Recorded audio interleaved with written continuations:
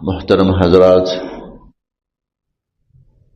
قابل صد احترام معزز سامعین، اللہ رب العزت نے پہلے انسان یعنی سیدنا حضرت آدم علیہ السلام سے ہی ازدواجی سلسلہ شروع فرمایا، اور ازدواجی سلسلہ کا مطلب یہ ہے کہ اللہ رب العزت نے ان سے حضرت اماں حوا سلام اللہ علیہا کو پیدا فرمایا، اور پھر اللہ رب العزت نے ان دونوں کو نکاح کے رشتے میں جوڑ دیا اور وہ میاں بیوی بن گئے۔ اس کے بعد ان کی اولادوں کا سلسلہ شروع ہوا۔ اب اگرچہ حضرت آدم علیہ السلام کی جتنی بھی اولاد تھی وہ آپس میں بہن بھائی تھے۔ حضرت آدم علیہ السلام کی جو اولاد تھی وہ آپس میں بہن بھائی تھے، سگے بہن بھائی تھے۔ حضرت آدم علیہ السلام کا بیٹا بھی پیدا ہو رہا ہے، بیٹی بھی پیدا ہو رہی ہے، اور ہے بھی ان کی زوجہ اماں حوا سلام اللہ علیہا، ان سے پیدا ہو رہے ہیں، ہو تو رہے ہیں بہن بھائی۔ لیکن ازدواجی رشتہ اور تعلق اتنا ضروری تھا کہ اس وقت کی ضرورت کو سامنے رکھتے ہوئے اور اس وقت کے تقاضے کو سامنے رکھتے ہوئے اللہ رب العزت نے بہن بھائی کے رشتے کو وقتی طور پر حلال کر دیا۔ چنانچہ اب بھائی کا نکاح ہوتا تھا بہن کے ساتھ اور بہن کا نکاح ہوتا تھا بھائی کے ساتھ، کیونکہ اس کے علاوہ وہاں کوئی اور رشتہ ہی نہیں ہے۔ تو ازدواجی رشتہ اتنا ضروری تھا اور اس کا تقاضا اتنا تھا کہ اللہ رب العزت نے ضرورت کے تحت بہن بھائی کے رشتے کو بھی جائز رکھا۔ پھر جب اس کے بعد ان کی اولادیں ہوئیں اور اب اور رشتے میسر آ گئے تو پھر وہ جو بہن بھائی والا نکاح تھا، سلسلہ تھا، اس کو ختم فرما دیا، اور اب اس کے بعد جو رشتے تھے وہ بقیہ رشتوں کے صورت میں ازدواجی رشتے شروع ہو گئے۔ تو اندازہ لگائیے کہ اللہ رب العزت کے ہاں ازدواجی رشتہ مرد اور عورت کا اتنا ضروری ہے کہ اللہ رب العزت نے پہلے انسان سے ہی ازدواجی رشتہ شروع فرما دیا، میاں بیوی کا رشتہ شروع فرما دیا، اور پھر جب ضرورت ایسی تھی کہ بہن بھائی کے سوا کوئی چارہ نہیں تھا تو بہن بھائی کا نکاح آپس میں جائز کر دیا گیا اور ان کا نکاح ہوتا رہا۔ تو ایک ہے کہ ازدواجی رشتے کا قائم ہونا، یہ بھی ضرورت ہے۔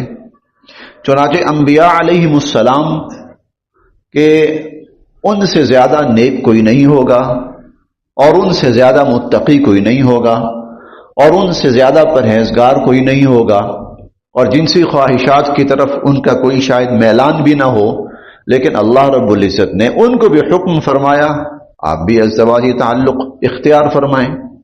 چنانچہ انبیاء علیہم السلام نے نکاح فرمائے، ان کے ازدواجی تعلق شروع ہوئے۔ تو ایک چیز تو ہے کہ ازدواجی تعلق کا قائم کرنا، نکاح کرنا، ازدواجی رشتہ میاں بیوی کا رشتہ قائم کرنا۔ پھر دوسری چیز یہ ہے اس کو قائم رکھنا، اسے قائم رکھنا۔ تو یہ بات بارہا عرض کی جا چکی ہے کہ اللہ رب العزت نے اس نکاح کے رشتے کو ازلی نہیں بنایا لیکن ابدی بنایا ہے۔ ازلی کا مطلب ہے کہ ہمیشہ سے ہو، ایسا نہیں ہے۔ دنیا میں آ کر ایک وقت آتا ہے کہ انسان یہ نکاح کا رشتہ قائم کرتا ہے، میاں بیوی بن جاتے ہیں، لیکن ابدی بنایا ہے۔ ابدی کا مطلب یہ ہے کہ انسان اس کو لے کے چلے تو پھر یہ رشتہ ہمیشہ ہمیشہ قائم رہنے والا ہے۔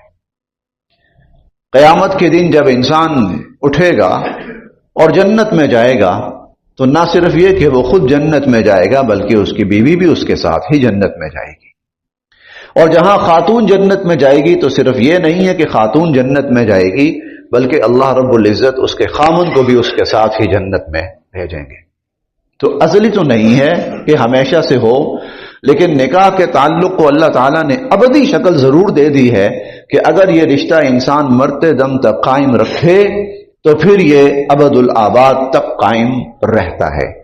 چنانچہ حضور صلی اللہ علیہ وسلم کی وہ تمام ازواج مطہرات جو آپ کی حیات مبارکہ میں آپ کے نکاح میں رہیں اور جب آپ دنیا سے پردہ فرما گئے تو وہ بیوہ ہو گئیں، وہ آپ کی بیوہ شمار ہوئی، وہ قیامت کے روز سب کی سب حضور صلی اللہ علیہ وسلم کے ساتھ جنت میں جائیں گی، آپ کی بیوی کی حیثیت سے جائیں گی۔ تو یہ ابدی رشتہ بن جاتا ہے پھر، اور صرف حضور علیہ الصلوۃ والسلام کا معاملہ نہیں ہے بلکہ یہ سب انسانوں کا معاملہ ہے، جتنے بھی ایمان والے، بشرطے کہ دونوں جنت میں جائیں۔ خدا نخواستہ کوئی ایسا معاملہ ہو گیا کہ ایک تو جنت میں چلا گیا اور دوسرا کسی وجہ سے جنت میں نہ جا سکا تو ایک الگ معاملہ ہے، باقی اگر دونوں نے جنت میں جانا ہے تو دونوں میاں بیوی کی حیثیت سے ایک جگہ اکٹھے رہیں گے۔ تو اللہ تعالیٰ نے پھر اس کو ابدی شکل بھی عطا فرمائی۔ اس کے لیے پھر اللہ تعالیٰ نے ایمان والوں کو تلقین فرمائی، اور تلقین یہ فرمائی کہ وعاشروہن بالمعروف، کہ میاں بیوی آپس میں مل جل کے رہیں، پیار محبت سے رہیں، اتفاق اتحاد سے رہیں۔ ہن لباس لکم وانتم لباس لہن، ایک دوسرے کا احساس کریں، ایک دوسرے کا پردہ رکھیں، ایک دوسرے کا خیال کریں، زندگی کے اندر بھی اور جوانی کے اندر بھی، بڑھاپے کے اندر بھی۔ آپ اس کا اندازہ اس بات سے لگائیں، قرآن کریم کی جو آیات ہیں ان کو سمجھا جائے تو ان کے اندر بڑی عجیب گہرائی ہوتی ہے۔ اللہ تعالیٰ قرآن کریم میں فرماتے ہیں کہ اللہ کی قدرت کی نشانی ہے کہ اللہ تعالیٰ نے انسان سے ہی مرد اور عورت پیدا فرمائے، رشتے پیدا کیے۔ آگے فرمایا کہ لِتَسْكُنُوا إِلَيْهَا، یہ جو میاں بیوی کا رشتہ ہوتا ہے تاکہ اس سے انسان کو سکون ملے، اور آگے ہے وَجَعَلَ بَيْنَكُمْ مَوَدَّةً وَرَحْمَةً، اور اللہ تعالیٰ نے تمہارے درمیان مودت بھی رکھی اور رحمت بھی رکھی۔ یہ دو الفاظ ہیں، مودت بھی رکھی اور رحمت بھی رکھی۔ اب اہل علم اس کی جو تھوڑی سی تفصیل بیان کرتے ہیں وہ یہ ہے کہ مودت وہ ہوتی ہے میاں بیوی کا تعلق جو جوانی میں ہوتا ہے، اور رحمت وہ تعلق ہے جو پھر جوانی گزرنے کے بعد بڑھاپے میں میاں بیوی کا آپس کا جو تعلق بنتا ہے وہ پھر رحمت کی شکل اختیار کر جاتا ہے۔ تو جوانی میں محبت ہے اور بڑھاپے میں رحمت ہے، یعنی اللہ تعالیٰ نے میاں بیوی کے اس رشتے کو صرف جوانی تک نہیں بلکہ بڑھاپے تک، موت تک کے لیے اللہ تعالیٰ نے اس کو قائم رکھا۔ اسی لیے مرنے کے بعد پھر وہ عورت، اس کے الگ سے حقوق ہیں۔ خامن کا انتقال ہوتا ہے تو وراثت کے اندر بیوہ کا حق ہے کیونکہ یہ اس کا رشتہ ہے، بیوی کا انتقال ہوتا ہے تو وراثت میں خامن کا حق ہے کیونکہ اس کا رشتہ ہے۔ مرنے کے بعد بھی یہ تعلق کسی نہ کسی شکل میں کہیں نہ کہیں رہتا ہے۔ تو اللہ تعالیٰ یہ چاہتے ہیں کہ یہ رشتہ قائم رہے، لیکن بسا اوقات ایسا ہوتا ہے، کوئی ایسی ناخوشگوار صورتحال پیش آ جاتی ہے اور میاں اور بیوی کے درمیان کوئی ایسی تلخیاں پیدا ہو جاتی ہیں اور مس انڈرسٹینڈنگ ڈیولپ ہو جاتی ہے کہ جس کی وجہ سے اس رشتے کا قائم رکھنا مشکل ہو جاتا ہے، اور بسا اوقات صرف مشکل نہیں ہوتا بلکہ وہ ناممکن بھی ہو جاتا ہے۔ تو اللہ تعالیٰ نے ایسی صورت میں پھر اس رشتے کو ختم کرنے والا آپشن بھی رکھا ہے اور اس کو طلاق کہا جاتا ہے۔ بہرحال نہ چاہتے ہوئے بھی، لیکن انسانی ضرورت کو مد نظر رکھتے ہوئے اللہ رب العزت نے طلاق والا اختیار بہرحال رکھا ہے۔ چنانچہ قرآن کریم کے اندر پوری ایک سورت ایسی نازل ہوئی ہے جس سورت کا نام ہی سورہ الطلاق ہے، کہ اس میں طلاق کے حوالے سے اللہ پاک گفتگو فرماتے ہیں اور اس کے احکام اور مسائل بیان فرماتے ہیں۔ تو وہ اللہ کو پسند نہیں ہے کہ یہ رشتہ ٹوٹے، اللہ تعالیٰ کو پسند نہیں ہے کہ یہ رشتہ ٹوٹے، اس لیے اس رشتے کو جوڑے رکھنے کے لیے اللہ تعالیٰ نے فرشتوں کو بھی بھیجا بسا اوقات۔ حضور علیہ الصلوۃ والسلام نے اپنی ایک زوجہ محترمہ کو طلقها تطلیقۃ واحدہ، ایک طلاق دی۔ ایک زوجہ محترمہ کو ایک طلاق دی. اس پر ابھی انشاءاللہ بات ہونی ہے کہ طلاق اصل میں ایک ہی دینی چاہیے. تو ایک طلاق دی. اللہ رب العزت نے جبرائیل امین کو بھیجا کہ جائیے حضور علیہ الصلوۃ والسلام کے پاس وحی لے کر اور ان سے فرمائیے کہ راجعھا، اللہ کے نبی آپ نے جو اس کو ایک طلاق دی ہے، اور ایک طلاق دینے کی صورت میں نکاح ختم نہیں ہوتا، لیکن اس کے لیے بہرحال یہ ہے کہ رجوع کرنا چاہیے، تو آپ اس سے رجوع فرمائیے اور اپنے نکاح کو مکمل بحال کیجئے. آپ اس سے رجوع کیجئے. راجعھا فإنھا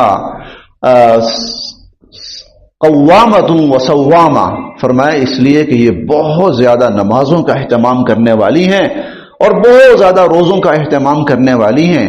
اور پھر آگے یہ بھی فرمایا کہ جنت کے اندر بھی اللہ کے علم کے اور اللہ کے فیصلے کے مطابق یہ آپ کی زوجہ ہوں گی.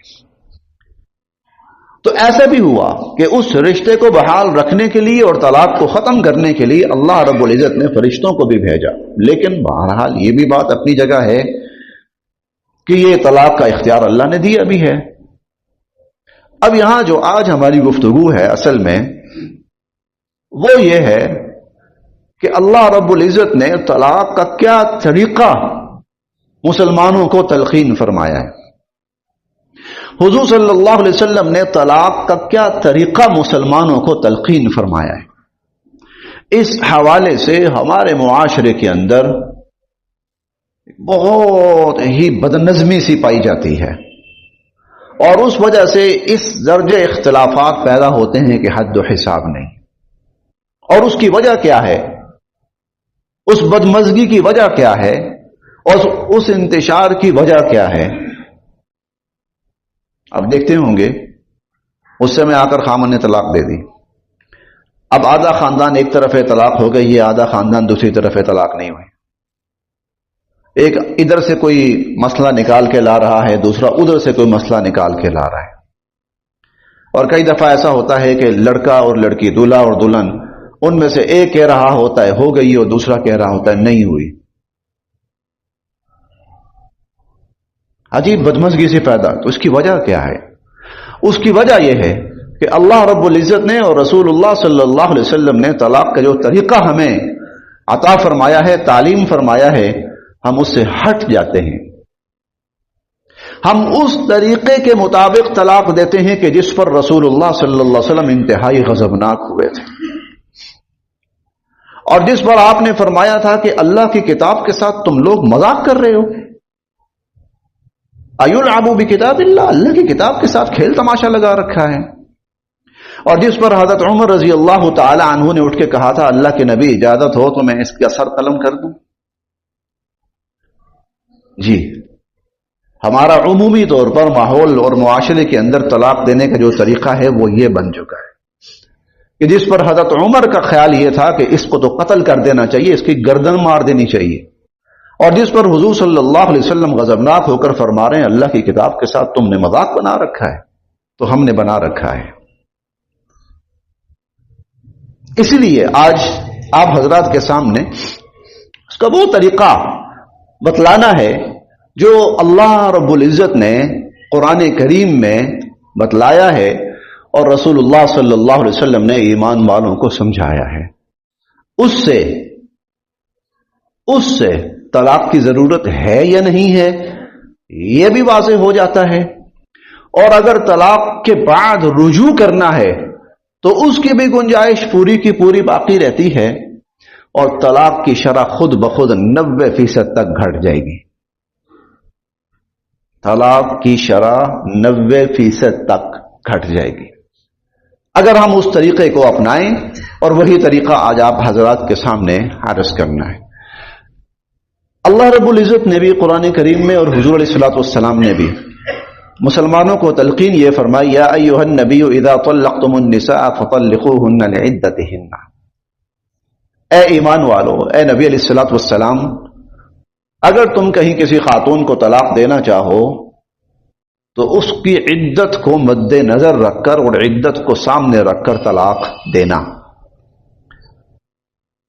اچھا یہ لفظ اتنا ہی لفظ بتا دیتا ہے کہ اندھا دھند نہیں دینی، سوچ سمجھ کر دینی ہے. اذا طلقتم النساء، جب تمہارا کوئی ارادہ ہو اگر طلاق دینے کا، فطلقوهن لعدتهن، تو ان کی عدت کو مد نظر رکھ کر طلاق دینا. عدت کو مد نظر رکھ کر طلاق دینے کا مطلب کیا ہوا؟ مطلب یہ ہے کہ عورت کی جو عدت ہے وہ اس کے جو ناپاکی کے ایام آتے ہیں، 3 ناپاکی کے ایام گزر جائیں تو اس کی عدت پوری ہو جاتی ہے. تو اس سے خود بخود یہ بات سمجھ میں آئی کہ جب تم نے طلاق دینی ہے تو جو پاکی والے ایام ہیں ان کا انتظار کرنا ہے اور ان کو مد نظر رکھنا ہے. جن ایام کے اندر عورت پاک ہوتی ہے ان ایام کے اندر، کیونکہ ممکن ہے جو ایام ناپاکی کے ہیں آدمی کسی وجہ سے ذہنی طور پر پریشان ہو جاتا ہے اور وہ عورت کی قربت چاہتا ہے اور وہ ممکن نہیں ہے، وہ کسی ڈپریشن میں آ جاتا ہے، کسی اشتعال میں آ جاتا ہے. اور خاص طور پر جس طرح ہمارا آج کا ماحول اور زمانہ بن گیا ہے، بیوی ایک ہی ہے، بس اسی کے ساتھ ہے جو بھی ہے، اور اگر 8-10 دن کے لیے اس کے قریب جانا ممکن نہیں ہے تو بسا اوقات بندہ اشتعال میں غصے میں آ جاتا ہے. کوئی اور باتیں بھی چل رہی ہوتی ہیں، یہ چیز بھی شامل ہو جاتی ہے، تو آدمی اشتعال میں آ جاتا ہے. ان ایام میں اسلام کہتا ہے ٹھہرو، ابھی نہیں، ابھی نہیں، ٹھہرو ذرا، یہ جو ناپاکی کے دن ہے نا ان کو گزرنے دو. ہو سکتا ہے ناپاکی کے دن گزر جائیں، پاکی کے دن آئیں، تم اپنی خواہش پوری کر لو اور تمہارا جو اشتعال اور غصہ ہے وہ ختم ہو جائے تو طلاق کی ضرورت ہی نہ رہے. دیکھیے ہو سکتا ہے یہ چیز کاز بن سکتی تھی، یہ چیز وجہ بن سکتی تھی، تو اسلام نے پہلی بات تو یہ کہی کہ ٹھہرو، ابھی نہیں، ابھی اس حالت میں اس کو طلاق نہیں دینی. اچھا اس سے ایک چیز اور بھی سمجھ میں آتی ہے، اگر عورت امید سے ہے، اگر عورت امید سے ہے تو اس کو طلاق نہ دو بھائی، کیونکہ فطری حالت ہے، اللہ کی طرف سے ہے. بسا اوقات ایسا بھی ہوتا ہے کہ اس حالت میں عورت کی طبیعت ناساز رہتی ہے، ناساز رہتی ہے تو مرد کسی وجہ سے پریشان ہو جاتا ہے. یہ کیا، جب آؤ تو سر بندھا ہوا ہے اور پٹی پکڑی ہوئی ہے، جب آؤ تو ہو سکتا ہے یہ چیز ذہن میں آ جائے. اسلام نے کہا ابھی نہ دو، کیونکہ اس کی عدت بہت لمبی ہو سکتی ہے، تو عدت کو سامنے رکھو. کتنی عجیب بات ہے، کتنی گہرائی میں جا کر اسلام نے انسانوں کی نفسیات کو سامنے رکھ کر بات کی ہے. اچھا طلاق دینا ہی ہے، آپ نے سوچ لیا ہے طلاق دینا ہی ہے، تو ناپاکی کے جو ایام ہیں گزر جانے دو، گزر گئے ہیں، اب عورت کے پاکی کے ایام آ گئے. اچھا تمہارا خیال ہے دینی ہی ہے نا، اگر دینی ہی ہے تمہارا یہ خیال ہے تو پھر ان ایام میں، ان پاکی کے ایام میں عورت کے ساتھ صحبت نہ کرو، صحبت نہ کرو. وہ کیوں؟ صحبت اس لیے نہ کرو، اگر تم نے عورت سے صحبت کر لی اور اس سے امید ہو جاتی ہے اولاد کی، تو اس عورت کی عدت تو 9 ماہ پہ چلی جائے گی. اس عورت کی عدت، اگر تمہارا یہی ارادہ ہے نا تمہیں طلاق ہی دینی ہے نا، تو پھر اس صورت میں اس کے ساتھ صحبت نہ کرو. اس کی عدت زیادہ سے زیادہ تقریباً، آپ اندازہ میں عرض کر رہا ہوں، اندازن میں کہہ رہا ہوں 3 ماہ تقریباً، بس 3 ماہ تک رہنے دو. اپنی ایک وقتی خواہش تو تم پوری کر لو اور اس کے بعد طلاق دے دو، اور پتہ چلے عورت امید سے ہے تو اس کی جو عدت ہے وہ 9 ماہ تک چلی جائے گی، جب تک اولاد نہیں ہوتی عورت کی عدت ختم نہیں ہوتی. تو یہ کیا زیادتی کر رہے ہو تم عورت کے ساتھ؟ نہ کرو. اب یہ عورت پاکی کے ایام میں ہے اور تم نے اس کے ساتھ کسی قسم کا کوئی تعلق بھی نہیں اختیار کیا اور یہ امید سے بھی نہیں ہے، تمہارا ذہن یہ طلاق دینی ہے، اب دو. کتنی؟ 1، بس 1 طلاق. تو قرآن کریم نے آپ پڑھیں دوسرے پارے میں نا، والمطلقات یتربصن بانفسہن، یہاں سے 3 آیات میں 3 طلاقوں کو الگ الگ بیان کیا ہے. 3 طلاقوں کو الگ الگ بیان کیا. یہ بات خاص طور پر ہمارے جو نوجوان ہیں، خاص طور پر ان کو بہت سمجھنے والی ہے. اندھا دھند طلاق وہ تھی جس پر حضور علیہ الصلوۃ والسلام غصے میں آ گئے، غضبناک ہو گو. طلاق ہو گئی، رشتہ ختم ہو گیا. اس کے بعد ان کو حضور نے یہ نہیں کہا کہ تم اس کے باوجود بھی میاں بیوی ہو، یہ نہیں کہا ان کو. جن کو یہ کہا تو میں نے کہا کہ گردن اڑا دیں. یہ نہیں کہا کہ تم ٹھیک ہے میاں بیوی ہو تو طلاقیں دے دی پھر بھی کوئی بات نہیں، رہو، نہیں، طلاق ہو گئی، تمہارا رشتہ ختم ہو گیا، لیکن تم نے کس قدر غلط طریقہ اختیار کیا. نہ تمہارے پاس سوچنے سمجھنے کا موقع رہا، نہ تمہاری بیوی کے پاس اصلاح کا موقع رہا. اچھا، ایک دفعہ طلاق دے چکا ہے آدمی، اس کے پاس اختیار ہے، اور اختیار کیا ہے کہ بھائی سوچ لے، وکیل سے مشورہ کرنا، وکیل سے مشورہ کر لے. ابھی تک یہ دونوں میاں بیوی ہیں، ایک طلاق کے باوجود، ایک طلاق ابھی تک دونوں میاں بیوی ہیں. مشورہ کر لے کسی سے، دیکھ لے، غصے میں آ کر ایک طلاق دی ہے تو کیا واقعتاً طلاق ہی دینا چاہتا ہے یا نہیں، غصے میں تھا تو غلطی ہو گئی ہے. اگر اسے محسوس ہو کہ مجھ سے غلطی ہوئی ہے اور مجھے طلاق نہیں دینی چاہیے، اس کے کل کو یہ نقصانات ہوتے ہیں، مجھے اس پر اتنا کچھ واپس کرنا پڑے گا، بچوں کا معاملہ الگ ہوگا، میرے ماں باپ الگ تباہ ہوں گے، گھرانہ خراب ہوگا. 1 مہینہ تقریباً ہے، سوچ لے یہ سب کچھ. 1 مہینہ اس کے پاس ہے، سوچ لے. اور 1 مہینہ کیا اس نے سوچنا ہوتا ہے نا، اس کو اسی دن رات سو جائے، صبح جب اٹھے گا نا، سونے کے بعد صبح جب، کیونکہ سوتے وقت تک تو ابھی تک اس کا دماغ اسی کیفیت میں ہے. جب انسان سو کے اٹھتا ہے نا، اس کی سوچ یکدم بدل چکی ہوتی ہے. صبح اٹھے گا نا، اگر اس نے جذباتی طور پر طلاق دی ہے نا ایک، اوہو یہ کیا ہو گیا، میں کیوں طلاق دے رہا ہوں اپنی بیوی کو، چلو شکر ہے ایک ہی دی ہے، میرا رشتہ بحال ہے. اسلام کہتا ہے رجوع کر لو. رجوع کیا ہے؟ رجوع کا مطلب یہ ہے کہ وہ اپنی بیوی سے کہے کہ میں نے تمہیں جو طلاق دی ہے تو میں طلاق نہیں دینا چاہتا، میں تو اپنا رشتہ بحال رکھنا چاہتا ہوں. رشتہ بحال، رجوع ہو گیا. بس سوری، مجھ سے غلطی ہو گئی، بس میں رشتہ بحال رکھنا چاہتا ہوں، میں طلاق نہیں چاہتا. وہ ایک طلاق کا کسی بھی قسم کا اثر زائل ہو گیا. یہ دونوں میاں بیوی ہیں.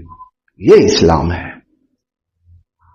یہ قرآن ہے، یہ حضور علیہ الصلوۃ والسلام کی تعلیم ہے. کتنی وسعت ہے، کتنی گنجائش ہے، کتنا موقع ہے.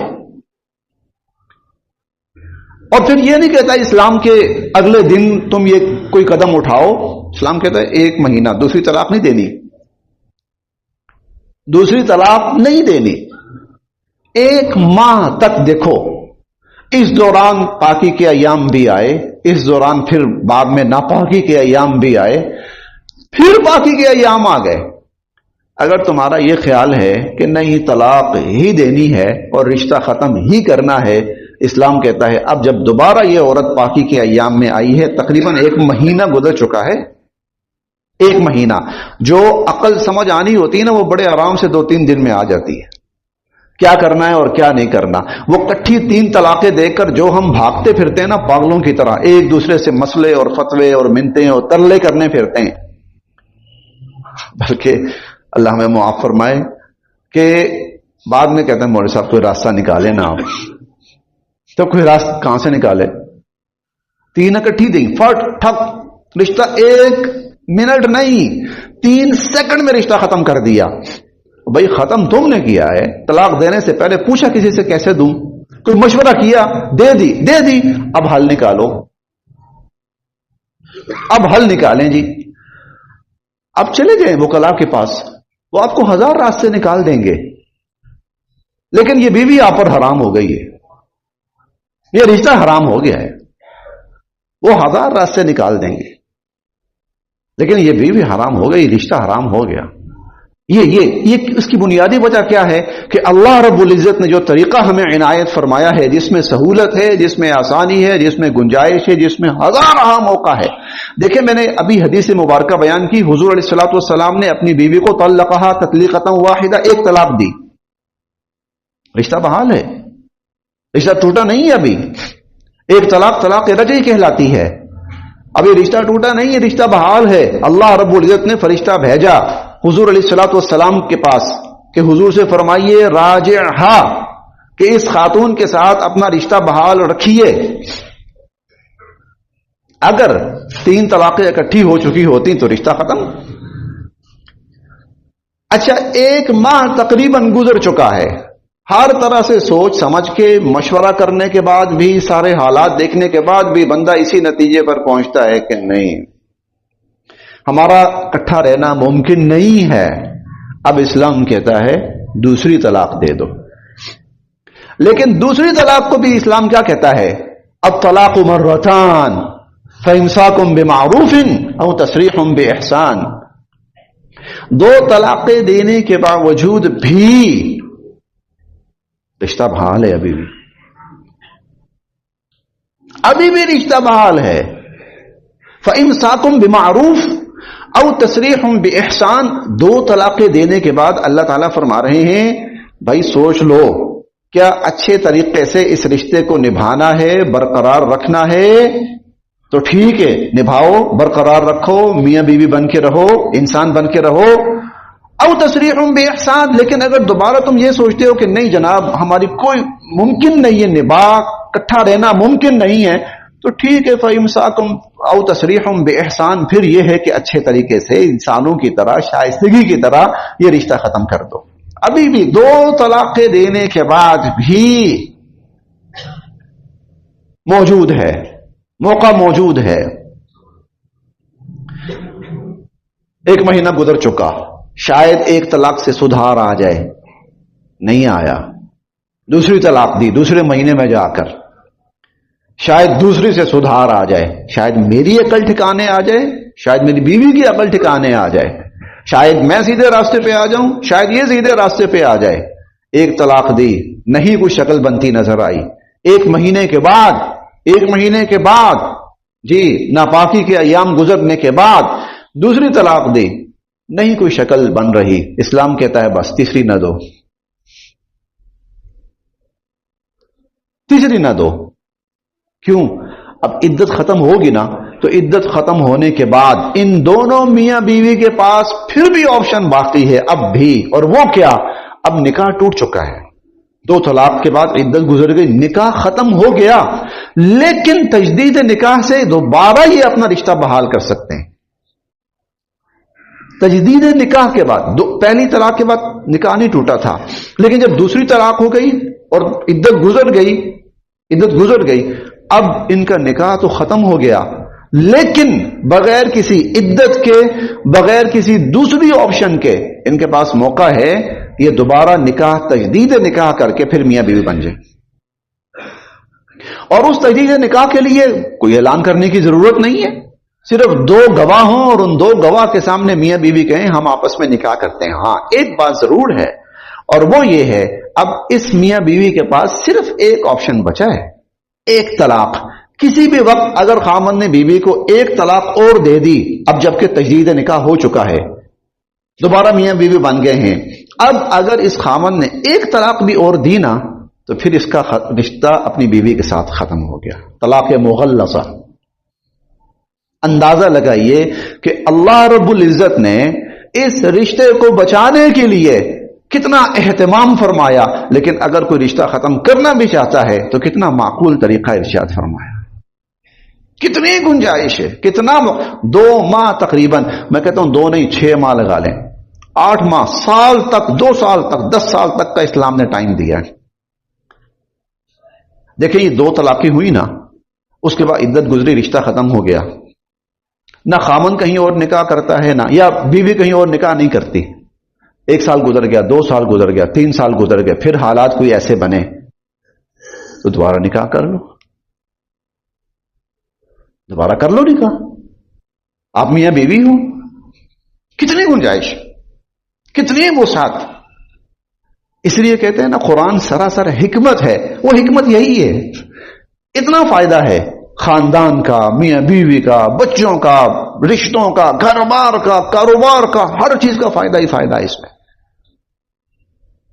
اور کئی دفعہ جو جذباتی طور پر ہم دیتے ہیں نا، اس کے بعد گھر کا سکون تو تباہ ہوتا ہی ہوتا ہے، اور بچوں کا تو مستقبل بھی تباہ ہوتا ہے، داؤ پہ لگ جاتا ہے، خاندانوں میں جو لڑائیاں پڑتی ہیں وہ الگ سے، اور اس کے علاوہ کئی دفعہ انسان کا جو کاروبار، گھر بار کاروبار یا دکان یا کچھ بھی، وہ پوری طرح تباہ ہو جاتی ہے، تو گھر بھی گیا، اولاد بھی گئی، بیوی بھی گئی، سکون بھی گیا، کاروبار بھی گیا۔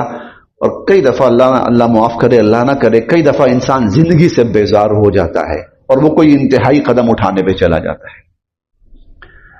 تو یہ طریقہ ہے جو اللہ رب العزت نے ہمیں عطا فرمایا۔ ہاں، اس کے بعد اللہ تعالیٰ خود فرماتے ہیں فَإِن طَلَّقَهَا، 2 طلاقیں دینے کے بعد بھی ہر طرح کی گنجائش موجود تھی۔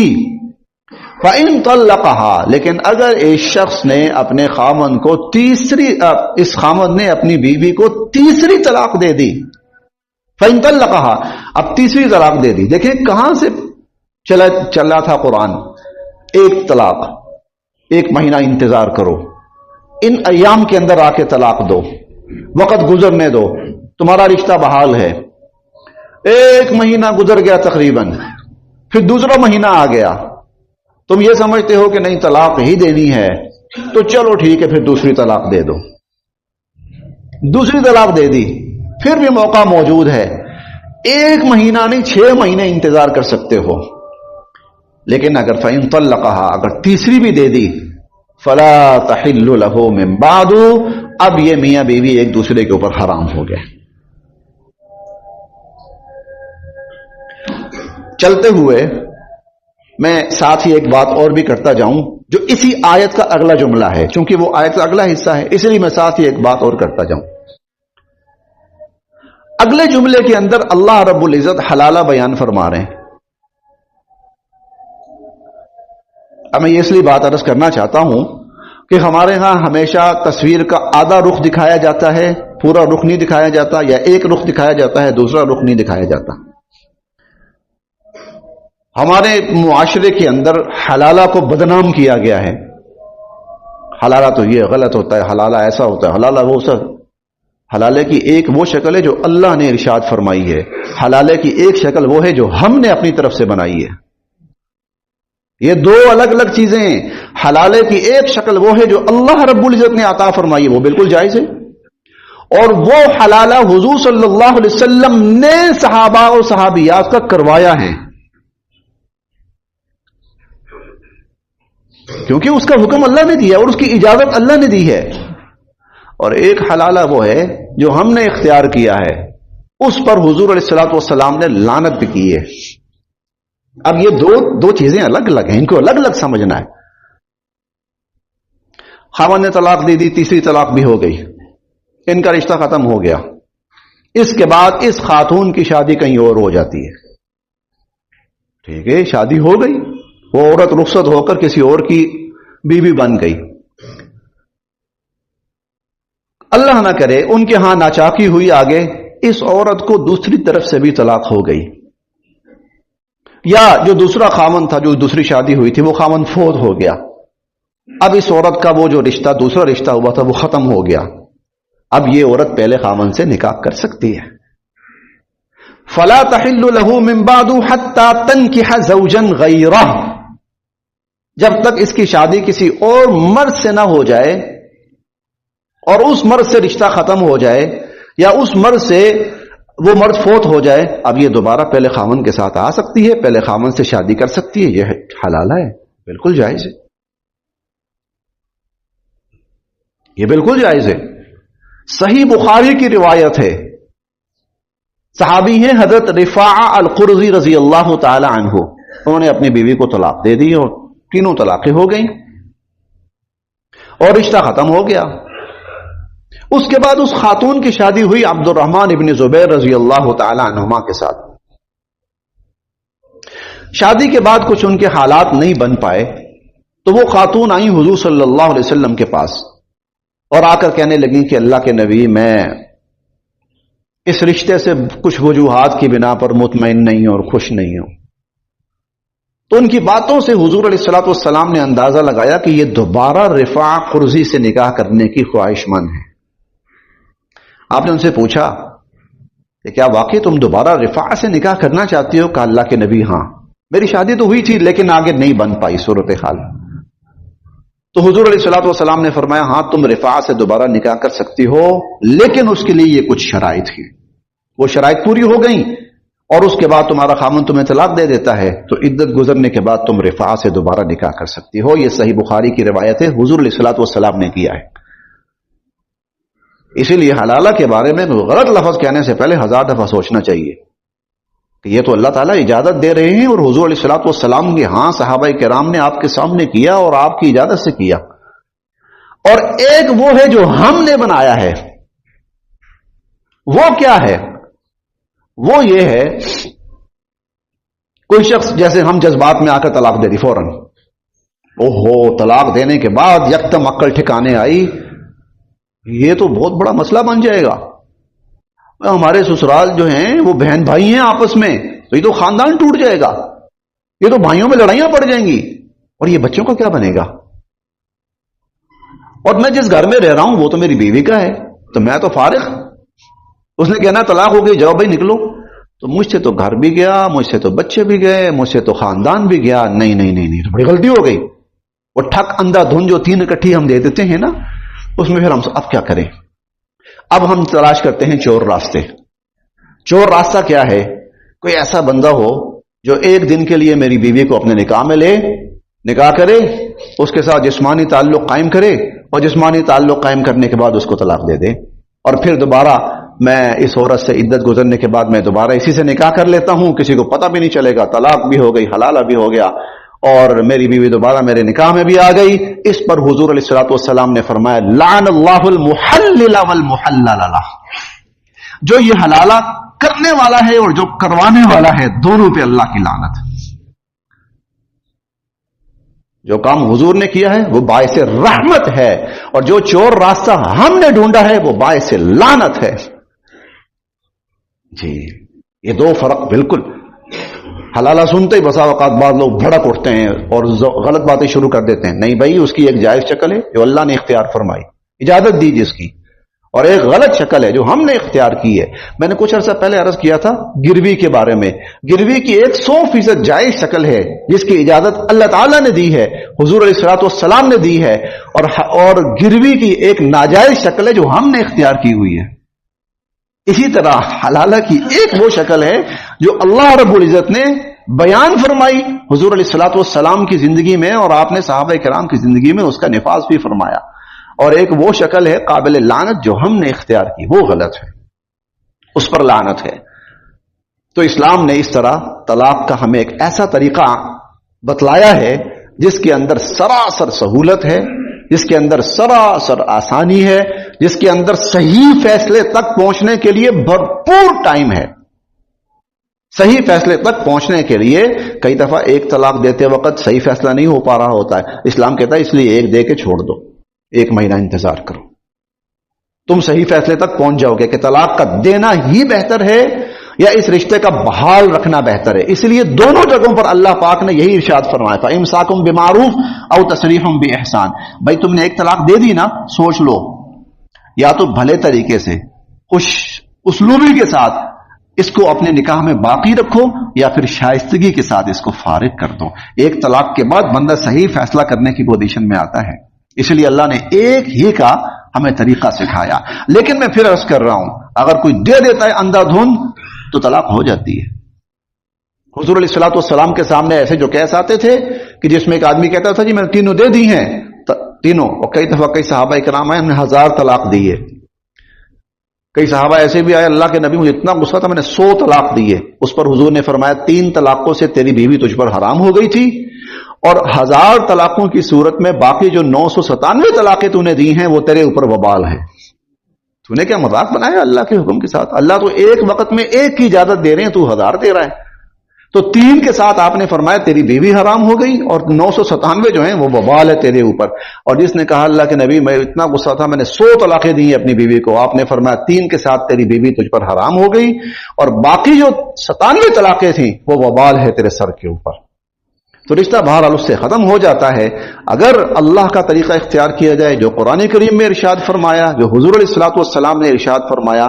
تو نہ صرف یہ کہ ہمیں صحیح فیصلے تک پہنچنے کا موقع مل جاتا ہے، بلکہ طلاق دینا بہتر ہے یا نہ دینا بہتر ہے، انسان کے لیے یہ راستے سارے کھل جاتے ہیں. اللہ ہم سب کے لیے عمل کی راہیں آسان